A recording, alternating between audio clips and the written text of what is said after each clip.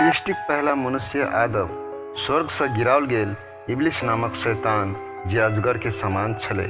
उहे अजगर जे शैतान छले सृष्टिक पहला मनुष्य आदम हवा के बहकेलकै और आदम हवा परमेश्वर का आज्ञा तोड़ कर बुरे भले ज्ञान के फल खेलकै और पाप में पड़ले।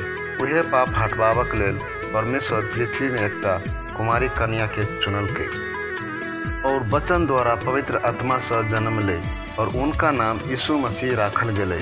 और प्रभु यीशु मसीह वचन से हमरा सबक बीच में देहधारी शरीर में प्रकट भेलै आ मनुष्य पुत्र कहलकै।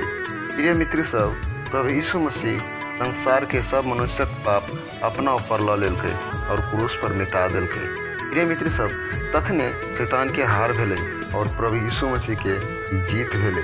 कियाक त संसार के पाप हटावा वाला और अंधकार के मिटावा वाला प्रभु यीशु मसीह छै।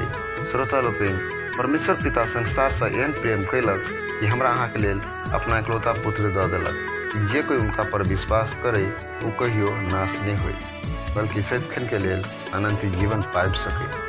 अतबे नहीं, प्रभु यीशु मसीह अंतिम आदम सेहो कहल गेलै। एनाहिते हम सब प्रभु के वचन में बनल रहबै और प्रार्थना करते रहबै तो प्रभु अहाँ सबके आशीष दे। जय मसीह, आमीन। हे प्रभु यीशु